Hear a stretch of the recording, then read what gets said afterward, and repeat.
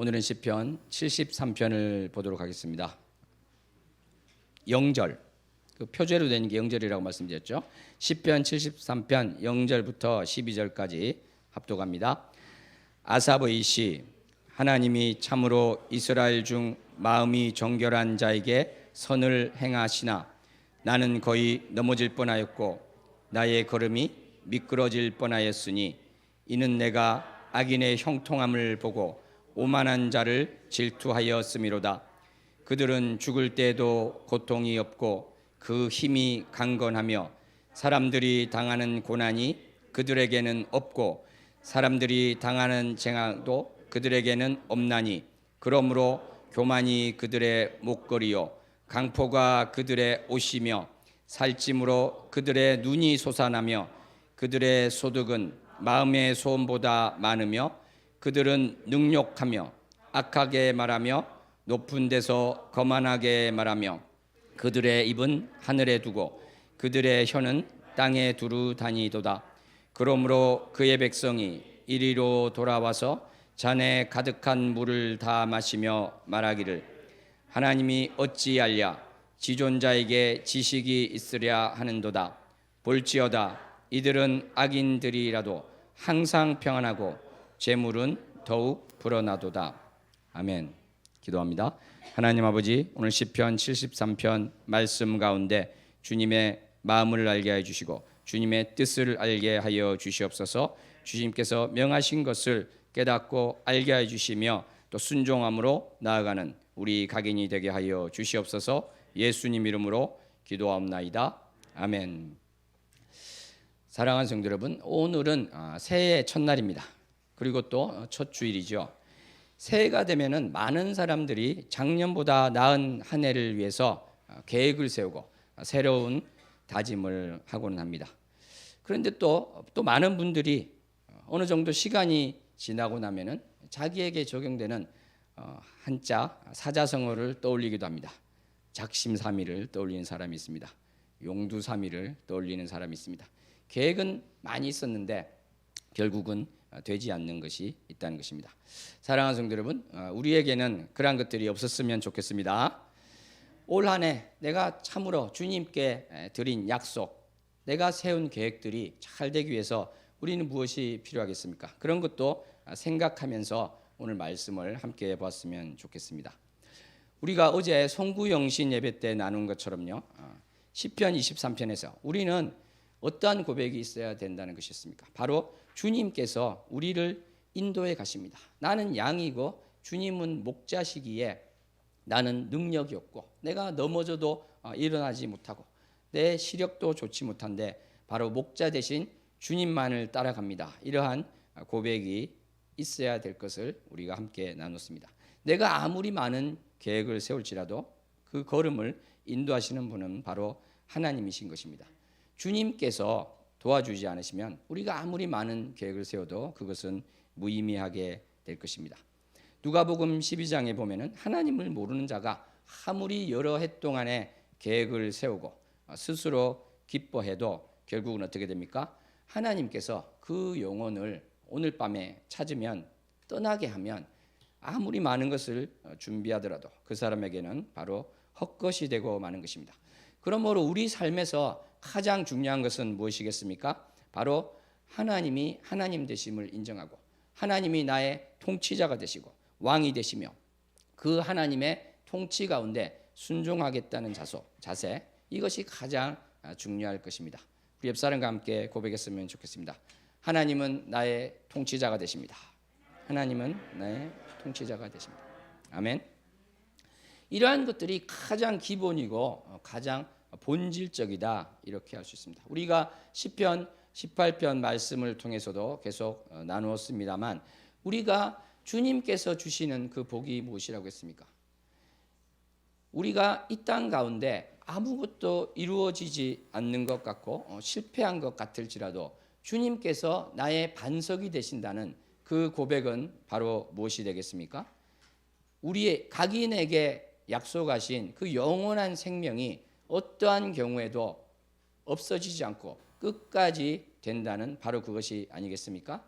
우리는 이러한 가장 기본적이고 또 본질적인 것을 보고 있어야 될 것입니다. 그것을 지켜 나가야 될 것입니다. 그러므로 내가 이 땅 가운데 어떠한 고난 가운데 있을지라도 어떠한 넘어짐이 있을지라도 주님께서 나의 산성이 되십니다. 이렇게 고백할 수 있는 이유는 바로 우리에게 약속하신 그 영원한 생명이 우리를 구원하신 그것이 전혀 변하지 않는 것이고 마귀가 아무리 나를 넘어뜨리려 할지라도 주님께서 방패가 되셔서 그것을 다 막아주시고 지켜주신다는 그 믿음이 있기 때문에 그러한 것입니다. 나의 환경이 정말 사망의 음침한 골짜기로 가는 것 같지만은 결국은 주님께서 푸른 초장과 쉴만한 물가, 잔잔한 물가로 인도하심을 우리가 굳건히 믿기 때문에 우리가 흔들리지 않고 나아갈 수 있는 것입니다.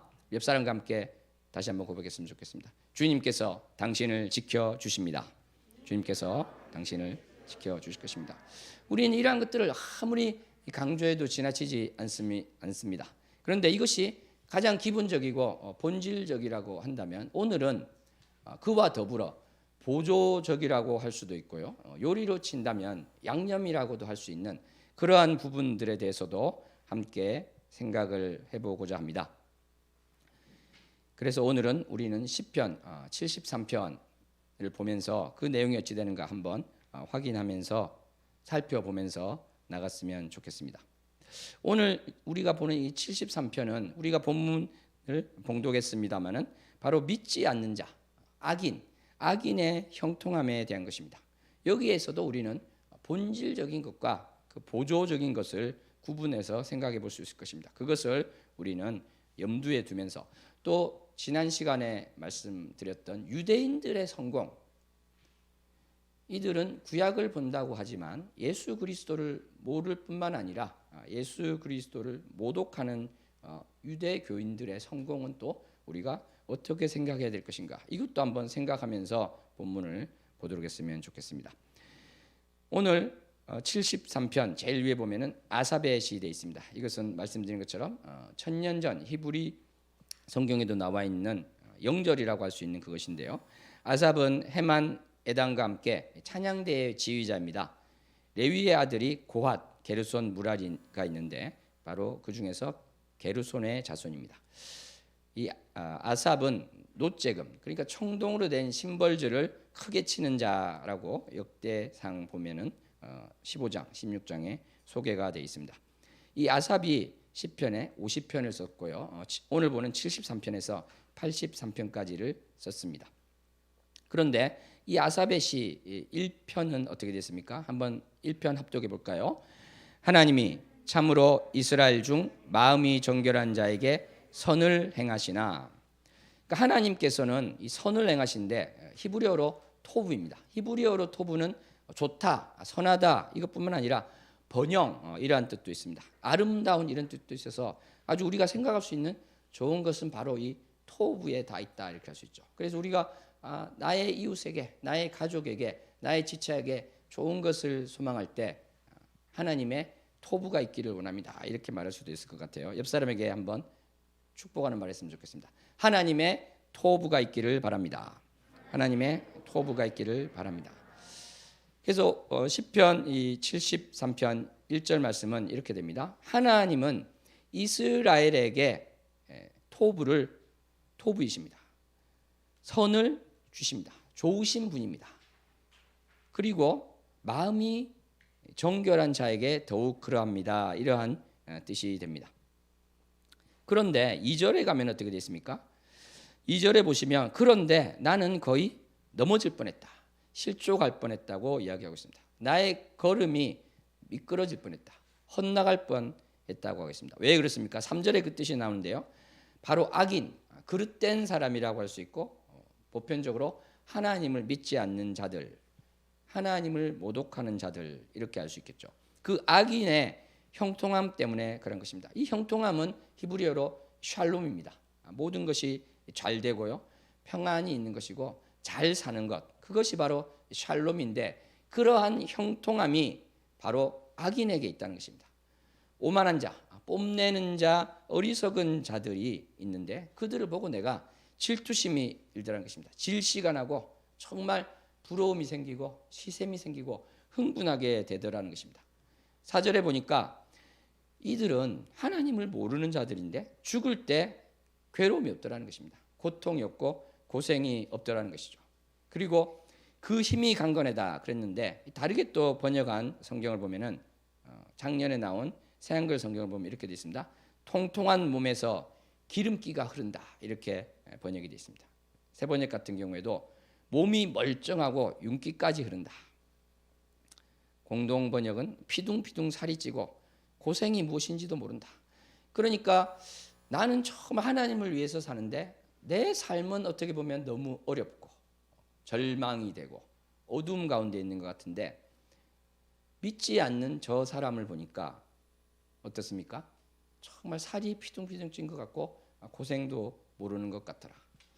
저번에 유대인에 대해서도 얘기했습니다만 유대인이 좀 구약을 공유하고 있으니까 와닿지 않는 분이라면 다른 나라로 또 생각해도 될 것 같아요. 일본을 보면 어떻습니까? 일본이 정말 경제적으로 부국이죠. 프랑스, 독일 10여 년, 20여 년 전에는 프랑스, 독일, 영국을 합친 경제력이 바로 일본에 있었던 것입니다. 하나님을 전혀 모르던 나라 같은데 저 나라는 왜 저럴까? 도저히 이해가 되지 않습니다. 이러한 이야기를 하고 있는 것입니다. 5절에 보니까 모든 사람들이 당하는 그 겪고 있는 고난, 수고로움, 그 고통이 그들에게는 없더라는 것입니다. 재앙도 없어요. 어려움, 그 쓰라린 그러한 것도 그들에게는 없다는 것이죠. 그래서 시인은 이렇게 하고 있습니다. 교만이 그들의 목걸이요. 그러니까 다르게 표현하면 건방짐이라는 목걸이를 하고 있습니다. 이 사람들은 강포, 폭력 또는 횡포라는 옷을 두르고 있습니다. 그러니까 이들은 잘 사는 것뿐만 아니라 너무 교만하고 거만하고 건방지고 또 횡포를 부리고 있다 이 말을 하고 있는 것이죠. 7절에 계속 나가면 너무 살이 쪄서 눈이 튀어나올 정도가 됐다. 눈이 솟아난다고 되어 있습니다. 그리고 우리 성경을 보면은 그들의 소득은 마음의 소원보다 많으며 되어 있는데 소득이라는 단어는 이제 원문에는 나오지 않습니다. 그래서 좋은 성경 보면은 글자가 작게 되어 있어요. 원문에는 없는 것입니다. 표시가 되어 있죠. 실제로 이것은 어떤 내용이냐면 여기서 이제 소원보다 많다 되어 있는 그 많다는 물이 넘쳐서 홍수가 나서 넘치는 범람하는 그것을 이야기하고 있습니다. 그래서 다르게 이제 번역하면은 마음으로 상상하는 것들이 홍수가 나서 강물이 넘치는 것처럼 넘쳐나고 있습니다. 마음에 못된 생각, 헛된 상상이 가득한데 그것들이 계속 넘쳐나고 있다는 것이죠. 근데 그것이 실행되고 있다는 것이 이제 문제가 되는 것입니다. 시인에게는 8절에서 계속 이야기합니다. 그들은 능욕하며 비웃고 있습니다. 악하게 말하고 높은 데서 거만하게 말하고 있습니다. 우리를 압제하는 말을 하고 있고 을러매고 억누르는 그러한 말을 하고 있는 것입니다. 또 높은 곳에서 우리를 내려다보면서 그렇게 하고 있다는 것이죠. 그들의 입은 하늘에 두고 이것은 또 다르게 보면은 하늘을 대항해서 말하고 있다 이렇게 볼 수 있고 온 땅에 그것을 또 하늘이나 땅이나 자기들이 지시하고 말하고 다니는 그러한 것이 있다는 것입니다. 10절 한번 합독해 보겠습니다. 그러므로 그의 백성이 이리로 돌아와서 잔에 가득한 물을 다 마시며 여기는 해석이 조금 애매합니다. 그래서 이제 두 가지 전혀 상반되게 하는 경우도 있는데 그러니까 이 악인의 백성이라고 해석하는 경우도 있고 또 70인역도 그렇습니다만 하나님의 백성, 나의 백성에서 하나님의 백성으로 해석을 하기도 합니다. 이것은 이제 필사자가 베끼면서 두 가지를 베꼈기 때문에 이러한 일이 또 벌어지게 된 것이죠. 우리가 원문을 그대로 100% 전해지면 좋겠지만 완전 100%는 전해지지 못하기 때문에 그러한 것입니다. 그런데 이제 어떠한 경우가 되었든지요. 그 백성이 잔에 가득한 물을 마신다. 그러니까 그 사람들이 말하는 것을 물 마시듯이 받아들인다. 그래서 물에 흠뻑 젖은 것처럼 그 사람들의 생각, 그 사람들이 하는 것들이 어떻게 보면은 세뇌가 된 것처럼 되었다. 이런 이야기를 하고 있는 것입니다. 11절에 그 악한 말이 어떻게 됐습니까? 하나님이 어찌알랴? 하나님이 어떻게 알겠는가? 이런 말이죠. 신성모독적인 말이 되겠습니다. 지존자, 지존자는 히브리어로 엘리온입니다. 가장 높으신 자. 엘리온이 지식이 있으랴. 엘리온이 뭘 알겠느냐? 가장 높은 분이라고 해서 세상 일을 다 알겠느냐? 그 지극히 높으신 분이라고 해서 뭘 알겠느냐? 이러한 참으로 모독스러운 말을 하고 있는 것입니다. 그럼에도 불구하고 어떠한 것입니까? 12절에 보니까 그래도 여전히 평안한 것이에요. 그리고 재물은 줄어드는 것이 아니라 계속 불어나고 있다는 것입니다. 우리 크리스찬도 이러한 것에 고민하는 사람이 있을 때가 있습니다. 분명히 교회에서 듣기로는 믿는 사람에게 복이 있다고 했는데 내 삶은 전혀 나아지지 않고, 그런데 믿지 않는 사람을 보니까 그냥 평균적으로 사는 것이 아니라 오히려 더 잘 살더라. 이러한 것을 보게 된다는 것이죠. 제가 이제 결론 먼저 말씀드린다면 유대교인도 마찬가지입니다. 유대교인은 일본과 마찬가지로요. 믿지 않는 사람들의 성공이라고 저는 생각합니다. 물론 약간 특수한 것은 있습니다. 왜냐하면 하나님께서 이스라엘 백성들을 회복시켜 주시는 것이 있기 때문에 똑같지는 않죠. 그럼에도 불구하고 지금 현재 상황을 본다면 비록 그들이 구약은 가지고 있습니다만 예수님에 대해서 전혀 엉뚱한 생각을 하고 있고 예수님을 하나님으로 인정하고 있지 않기 때문에 사실은 믿지 않는 자와 다를 바 없다, 이렇게 볼 수 있는 것이죠. 그런데 그들이 떵떵거리고 살고 있더라는 것입니다. 왜 믿지 않는 사람들은 저렇게 살고 있는 것인가? 그래서 13절에 보면 시인이 한탄하고 있습니다. 내가 내 마음을 정히 깨끗하게 해놓고 손을 씻어서 죄를 짓지 않는 것, 이것이 헛된 것이 아닙니까? 이렇게 고백하고 있습니다. 나는 종일 재난을 당하고 아침마다 징벌을 받습니다. 어떤 나라가 있는데 정말 신실한 크리스찬 나라인데 이 나라가 너무 힘들게 살고 있다. 그렇게 될 때 정말 이해가 되지 않는 것이죠. 우리는 주님을 위해서 살고 있는데 왜 이 상태에 있습니까? 이렇게 한탄할 수 있는 것이죠. 그래서 급기야 15절에 뭐라고 이야기했습니까? 내가 그들처럼 말했으면 악행을 행한 게 됐을 것이다.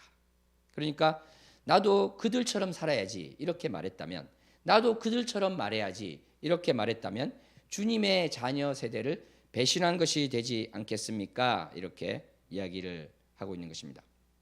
그래서 정말 이 악인의 형통함에 대해서 고민을 하면 할수록 눈이 튀어나올 정도로 고통이 되었다, 이렇게 고백하고 있습니다. 그 심한 고통이 원문에 눈이 튀어나올 정도로, 눈이 아플 정도로 이렇게 힘들었다고 하고 있고, 그래서 이제 공동 번역도 그렇게 돼 있죠. 눈이 아프도록 고생스러웠다. 해결이 안 되는 이 문제에 대해서 계속 고민할 때 왜 이 크리스찬들의 삶이 이렇습니까? 이러한 고민과 마찬가지가 되는 것이죠. 사랑하는 성도 여러분, 그런데 바로 이 시인이 무엇을 깨달았습니까? 우리 17절 다 함께 합독합니다. 하나님의 성소에 들어갈 때야 그들의 종말을 내가 깨달았나이다. 그들의 결국, 그들의 끝을 깨달았다고 하고 있습니다. 그것이 어떤 것입니까? 18절도 합독할까요? 주께서 참으로 그들을 미끄러운 곳에 두시며 파멸에 던지시니 19절도 읽겠습니다. 그들이 어찌하여 그리 갑자기 황폐되었는가? 놀랄 정도로 그들은 전멸하였나이다. 그러니까 이 땅에서는 떵떵거리며 살고 죽을 때도 평안히 죽는 것 같은데 그들이 사실은 어떻게 된다는 것입니까? 아주 쉽게 말해서 천국에 못 가고 지옥에 가게 된다는 것이죠. 영원한 생명을 얻지 못하고 멸망하게 된다는 것을 알게 된다는 것입니다. 결국은 이들이 패망하게 되는구나. 그것을 알게 됐다는 것입니다. 졸지에 황폐하게 됐다는 것입니다. 거덜났다, 이렇게 생글은 번역하고 있는데요. 그래서 그것이 어느 정도인가? 그것이 20절에 또 되어 있습니다. 사람이 깬 후에 꿈을 무시함 같이. 그러니까 우리는 이 땅에서의 삶이 진짜라고 생각할 때가 너무나 많습니다. 그렇죠? 그리고 천국은 좀 약간 꿈 같고 추상적인 것입니다. 그런데 성경에서 누누이 이야기하는 것은 바로 그 천국에서의 삶이 실체이고 이 땅에서의 삶이 사실은 허상이다, 꿈과 같은 것이다, 이렇게 된다는 것입니다. 그것과 비슷하다는 것입니다. 이 땅에서 그 많은 부귀영화를 누린 사람은 사실은 실체인 저 영원한 천국에서의 삶, 그것을 비교한다면 이 사람은 실체로서 어떻게 됩니까? 지옥에서 영원한 고통을 받는 것이다. 그러니까 그 사람이 이 땅에 살 때 누렸던 그 많은 것들은 한낱 꿈에 불과하다는 것이죠. 사랑하는 성도 여러분, 어제 꾼 꿈 가지고 그것을 계속 생각하고 평생을 그 꿈이 진짜인 것처럼 사는 사람이 있습니까? 그렇지 않을 것입니다. 우리는 이 땅 가운데 살고 있기 때문에 너무나 많은 사람들을 통해서, 너무나 많은 환경을 통해서 영향을 받고 있지만, 우리 크리스찬들이 결코 잊지 말아야 될 것은 이 땅이 실상이 아니요, 이 땅이 실체가 아니요, 우리의 실체, 우리가 진짜로서의 삶은 바로 이 땅의 삶을 마감하고 저곳에 가서 주님과 함께 있는 그것입니다. 아멘. 실체의 삶은 천국에서의 삶입니다. 옆 사람과 고백합니다. 실체의 삶은 천국에서의 삶입니다. 그러므로 이 시인이 정말 깨달았다는 것입니다. 너무나도 해결이 안 되고 어려운 문제였는데 결국 이것은 바로 이 땅에서의 삶이 영원한 것이 아니라서 그러한 것이구나. 그래서 스스로를 어떻게 합니까? 스스로 정말 내 마음이 산란했고 양심이 찔습니다. 양심은 콩팥을 가리키고 있는데 이게 속, 마음을 또 이야기하고 있습니다. 그래서 내가 참으로 악인들의 형통함을 보고 시샘을 하였고 질투를 한 것이 내가 주님 앞에 짐승과도 같았습니다. 멍청했습니다. 우둔하였습니다. 이렇게 고백하고 있는 것입니다. 사랑하는 성도 여러분, 23절 합독하겠습니다. 내가 항상 주와 함께하니 주께서 내 오른손을 붙드셨나이다. 제가 23절은 안 났나요? 제가 봉독해 드리겠습니다. 내가 항상 주와 함께하니 주께서 내 오른손을 붙드셨나이다. 주님께서 그 교훈으로 우리를 인도하시고 영광으로 우리를 영접하고 계십니다. 25절에 보면은 주님께서 정말 주님밖에 내게 누가 있습니까? 주밖에 내가 사모할 이가 없습니다. 이렇게 고백하고 있습니다. 그리고 하나님께서 내 마음의 반석, 더 정확하게는 이제 바위가 되겠죠. 내 마음의 바위이십니다. 이렇게 또 고백을 하고 있으면서 정말 주님께서 주를 멀리하는 자는 망하게 하셨습니다. 이렇게 고백하고 있습니다. 마지막 28절을 제가 봉독해 드립니다. 하나님께 가까이 함이 내게 복이라. 내가 주 여호와를 나의 피난처로 삼아 주의 모든 행적을 전파하리이다. 아멘. 그렇습니다. 우리가 시편 18편에서 본 것처럼요, 하나님께서는 나의 피난처가 되십니다. 그래서 주님의 그 크신 은혜와 사랑을 우리는 전파할 수 있는 것입니다. 옆 사람과 고백합니다. 주님은 나의 피난처 되십니다. 주님은 나의 피난처 되십니다. 사랑하는 성도 여러분, 그러므로 우리가 어떠한 고통 가운데 있을지라도, 어떠한 고난 가운데 있을지라도 아까 말씀드린 이 본질적인 것을 잊지 않았으면 좋겠습니다. 사랑하는 성도 여러분, 아까 서두에 말씀드린 것처럼 우리는 이 본질적인 것과 더불어서 보조적이라고도 할 수 있고요, 양념이라고도 할 수 있는 그것에 대해서 지금부터는 또 함께 말씀을 드리고자 합니다. 우리는 이 영원한 복에 대해서 어제도 말씀을 드렸습니다. 정말 주의 궁전에서의 한 날이 다른 곳에서의 첫날보다 낫다고 했습니다. 악인의 장막에 사는 것보다 내 하나님의 성전에 문지기로 있는 것이 좋습니다. 이러한 고백이 우리에게는 넘쳐나야 될 줄로 믿습니다. 아멘. 여러분 정말 그럴 자신이 있습니까? 내가 이 땅에서 정말 힘든 상황에 빠질지라도 주님 한 분만으로 만족합니다. 이러한 고백이 있을 수 있겠습니까? 예, 아멘이라고 화답하셨습니다. 주님 한 분만으로 만족합니다. 고백합니다. 주님 한 분만으로 만족합니다. 아멘. 자, 이제 보조적인 것을 한번 살펴보도록 하겠습니다. 왜 하나님께서는 그러면 이 악인들이 형통하게 하셨을까요? 그 첫 번째로 생각해 볼 수 있는 것은 바로 내버려 둔다는 것입니다. 우리가 하나님께서 주시는 벌이 여러 가지가 있지만 어떻게 보면 가장 큰 벌이라고도 할 수 있는 것이 바로 내버려 두는 벌이라고 할 수 있습니다. 왜 그렇습니까? 악인들이 어떻게 보면은 자기가 문제가 생기면 내가 왜 이렇게 힘들까? 내가 어떻게 의지할 곳이 없나? 그러면서 행여나 하나님을 찾을 수도 있을 텐데 아무런 일이 없으면 어떻게 되겠습니까? 내 삶에 어떠한 문제가 없으면 감사하기 위해서 하나님을 찾기란 너무 어렵겠죠.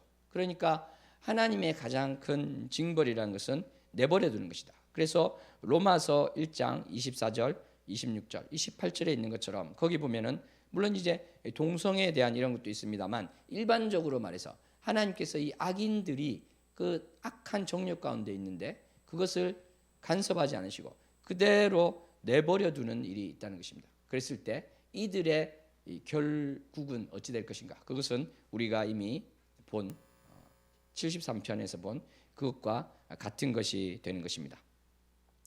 사랑하는 성도 여러분, 그렇다면 우리가 계속 이렇게 실패하고 있는데 그 실패의 또 원인은 무엇이고 그 이유는 무엇이겠습니까? 그것은 또 반대로 생각해 볼 수 있겠죠. 내가 실패하는 것, 그것은 이것을 통해서 내가 더 발전하게 하는 것이다. 이렇게 말할 수도 있을 것입니다. 그래서 이제 더 좋은 실패 이러한 말이 이야기되고 있죠.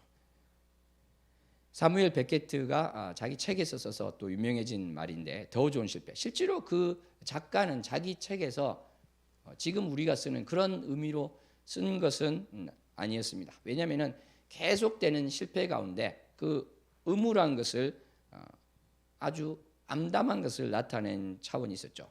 물론 그럼에도 불구하고 우리말에도 많이 하고 있고 속담으로도 있는 실패는 성공의 어머니다. 실패는 또 고난은 위장된 축복이다. 이런 이야기를 하면서 우리는 실패에 대해서 의미 있는 것을 많이 이야기하고 있습니다.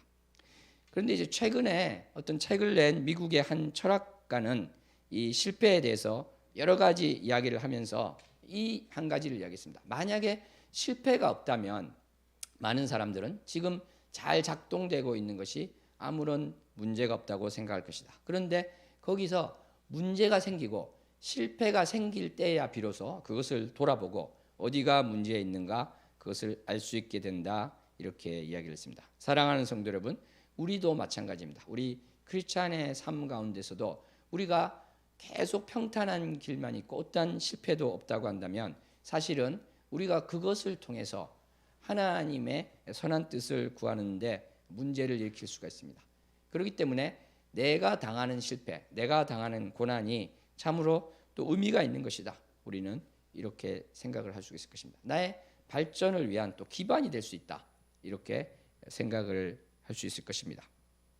사랑하는 성도 여러분, 오늘은 이러한 것을 좀 넘어서 조금 더 아까 말씀드린 보조적인 거기에 대해서 갔으면 좋겠습니다. 분명히 이 악인의 형통함은 하나님께서 내버려 두는 것일 수도 있습니다만 저는 이 부분을 생각했을 때 보편적인 원리라는 것이 있다 이 생각을 하게 됐습니다. 우리말에도 그런 말 있죠. 하늘은 스스로 돕는 자를 돕는다. 또 뭐 지성이면 감천이다. 뭐 이런 말도 있습니다만 이것은 믿는 사람이거나 믿지 않는 사람이거나 일반적으로 생각하고 있는 것이기도 합니다. 실제로 하나님께서는 태양, 해와 비를 내리실 때 믿는 사람에게만 주십니까? 그렇지 않죠. 마태복음 5장에 있는 것처럼 모두에게 주십니다. 하나님께서 비를 내릴 때 야, 너는 믿지 않으니까 너의 논에는 비를 한 방울도 안 주겠다. 너는 믿는 자니까 너에게만 주겠다. 국가적으로 또 그럴 수는 있을지 모르겠지만 한 나라에서 바로 옆집인데 그렇게 되기는 쉽지 않겠죠. 실제로 주님께서 마태복음 5장 43절로 46절에서 분명히 그렇게 이야기하십니다. 그 해를 악인과 선인에게 비추신다고 말씀하십니다. 비를 의로운 자와 불의한 자에게 내려주신다고 말씀하십니다. 마찬가지로 주님께서는요. 이 사람이 비록 믿지 않는 사람이지만 봄에 씨를 뿌리면 가을에 거두듯이 그러한 열매를 어느 정도 걷게 하신다는 것입니다. 이것은 어떠한 것이 되겠습니까? 마치 오늘 자고 일어나면 태양이 뜨듯이 자연의 그러한 원리가 있지 않습니까? 얼음이 날이 따뜻해지면 녹는 것처럼 이것은 하나님께서 정하신 질서 가운데 행해지는 것이다. 이렇게 우리는 생각해 볼 수 있습니다. 이것은 참으로 너무나 당연한 것 같으면서도 중요한 것이라고 생각됩니다. 왜 그렇습니까? 여기 어떤 A라는 사람이 있습니다. 믿지 않는 사람인데요. 자기가 계획을 열심히 세우고 아침에 일찍 일어나고 정말 열심히 살아가고 있습니다. 여기 B라는 크리스찬이 있습니다. 이 사람은 교회는 다니는데요. 너무나 게으르게 삽니다. 1년의 계획은 전혀 세우지 않고 항상 늦잠을 자고 자기에게 일을 맡길 때 절반만 하고 마는 것입니다. 절반에 대해서 하나님이 대신해 주세요. 이런 식으로 한다는 것입니다. A라는 학생은 믿지 않은 학생인데 열심히 공부를 하는데, B라는 학생은 크리스찬인데 하나님 시험 칠 때 100점 맞게 해주세요. 기도를 하면서 공부를 또 전혀 하고 있지 않다는 것입니다. 사랑하는 성도 여러분, 이렇게 됐을 때 하나님께서 어떠한 결과를 맺게 해주실 것입니까? 우리는 하나님께서 물론 아주 기적적으로 크리스찬에게 복을 주시는 것을 알고 있습니다. 우리가 잘 알고 있는 원종수 권사 이야기가 그렇지 않습니까? 이분이 고등학교 때 400 몇 명 중에 거의 400 몇 등을 한 사람이었는데, 하나님께서 매일 새벽 기도 나오는 그에게 은혜를 주셔서 한 번 보면 기억되는 그러한 은혜를 주셨습니다. 그래서 서울의대도 가게 됐죠. 그렇지만 이 원종수 학생, 원종수 권사가 된 이 분을 보더라도 정말 게으르게 살았는데도 그렇게 된 건 결코 아니었습니다. 매일매일 새벽 기도를 갖고요. 그 어머니와 함께 자기가 속옷이 한 벌밖에 없을 정도로, 내복이 한 벌밖에 없을 정도로 가난했지만 거지 할아버지에게 그 옷을 드리고 정말 열심히 살았던 것입니다. 서울의대 가서도 너무 가난하기 때문에 밤 12시까지 아르바이트를 했고 밤 12시가 지나서 새벽 3시까지 공부를 했다고 합니다. 그렇게 열심히 살았을 때, 또 하나님을 정말 믿었을 때 기적적인 400 몇 등 하던 사람이 서울의대를 갈 수 있을 정도로 하나님이 은혜를 주신 것이지만, 여기에는 하나님의 주권적인 통치하심이 있는 것이지만 그 어느 경우에도 게으르게 그렇게 나갔는데도 된 것은 없다는 것입니다. 사랑하는 성도 여러분, 그러므로 우리가 아까 말씀드린 일본이나 유대교인들의 성공, 그러한 것들도 우리는 똑같이 볼 수 있다고 생각합니다. 예를 들어서 유대인들을 보면 그들의 교육 방식이 아주 특이합니다. 우리가 알고 있는 도서관은 어떻습니까? 아주 조용하죠. 근데 이 사람들 도서관에 가면 아주 시끄럽습니다. 왜냐하면 계속 토론한다고 시끄러운 것이죠. 그래서 우리가 그 하브루타를 교회에서도 배워와서 같이 배우자 이렇게 하고 있는데, 물론 이 유대인들의 많은 것을 우리가 배우는 거 좋습니다만 너무 저는 나아가는 것을 또 반대합니다. 왜냐하면 실제로 그런 크리스찬과 교회를 봤는데 유대인들의 식탁 예절을 배운답시고 거기서 하는 그대로 따라 해봅시다. 그리고 하는 사람들도 있더라고요. 저는 그렇게까지 나가는 것은 반대합니다.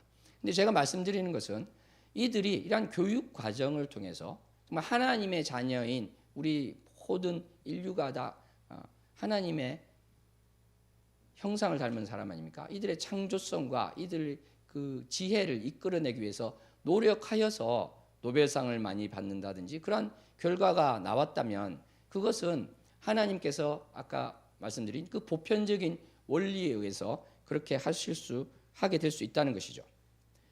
바로 그러한 것입니다. 어떤 나라든지 사회든지 좋은 제도, 그러한 것을 만들지 않는데 어떻게 좋은 결과를 얻을 수가 있겠습니까? 봄에 씨를 뿌리지 않는데 어떻게 좋은 결과를 얻을 수가 있겠습니까? 사랑하는 성도 여러분, 그러므로 우리는 정말 이 세상에서 하는 모든 일 가운데, 학생이면 학업에, 직장이면 직장에서의 일 가운데, 사업하는 사람은 사업 가운데 열심을 다해야 될 줄로 믿습니다. 옆 사람에게 한번 고백합시다. 올 한 해 열심을 다해서 삽시다. 올 한 해 열심을 다해서 삽시다. 어떤 사람은 그렇게 말할 수 있을 것입니다. 야, 근데 목사님, 이 불공평한 것 같습니다. 왜요? 그러면은 믿지 않는 분들은 자기 공부라든지 직장 일이라든지 그렇게 열심히 할 수 있는데 우리 크리스찬은 매주 예배를 드리러 나오지 않습니까? 시간적으로 분명히 다른 것을 하고 있죠. 또 매일 기도를 해야 되고요. 매일 성경을 보고 매일 묵상을 하게 되고 이러면 불공평하지 않습니까? 이런 질문을 하실 수도 있을 것 같습니다. 그렇지 않겠습니까? 저는 이 문제에 대해서 이렇게 생각합니다. 하나님께서는 바로 그러한 것들도 믿지 않는 자들의 입을 막기 위해서 하신 것이다 이렇게 또 생각합니다. 왜 그렇습니까? 우리 크리스찬들이 정말 이중으로 바쁩니다. 직장생활도 열심히 해야죠. 이 교회에서도 열심히 해야 되고 자기의 신앙생활을 가지기 위해서 정말 최대의 목표를 가져서 하루에 11조의 시간을 주님께 드리겠습니다. 그렇게 하고 또 나가기도 하는데 그것들이 불공평한 것처럼 보일 수 있지만 저는 분명히 믿는 것이 바로 이러한 것입니다. 이렇게 열심히 살 때 하나님께서는 배나 되는 복을 그분에게 주실 것입니다. 아멘. 바로 하나님과 친밀하게 사는 그러한 복뿐만 아니라 이 땅에서 우리가 일반적으로 믿지 않는 분도 생각하는 그러한 복까지 주님께서 주실 것이다. 그것도 2배나 주실 것이다. 저는 그렇게 생각됩니다. 왜 하나님이 편애하느냐? 먼저 드릴 수 있는 것은 하나님께서 그렇게 편애하는 것에 대해서 왈가왈부할 수 없는 것이고요. 두 번째로는 믿지 않는 분들이 볼 때도 쟤들은 저렇게 복 받아도 그럴 수 있겠다.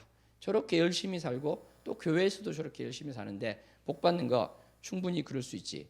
이렇게 이야기가 될 수 있을 것입니다. 하나님께서는 그러한 모든 것을 생각하신 것에서 이러한 것들을 허락하셨다. 저는 그렇게 생각합니다. 사랑하는 성도 여러분, 우리가 한 가지 또 첨언한다면 어떤 게 있겠습니까? 우리가 시간도 중요하지만 그 농도도 너무나 중요할 것이다. 이렇게 생각됩니다. 어떤 사람의 경우에는 그 시간 자체는 하나님께 많이 드릴 수 없을 수도 있는데요. 그 상황 때문에 그럼에도 불구하고 정말 주님 앞에 내가 간절한 마음으로 간다면 주님께서 그것을 또 보실 줄로 믿습니다.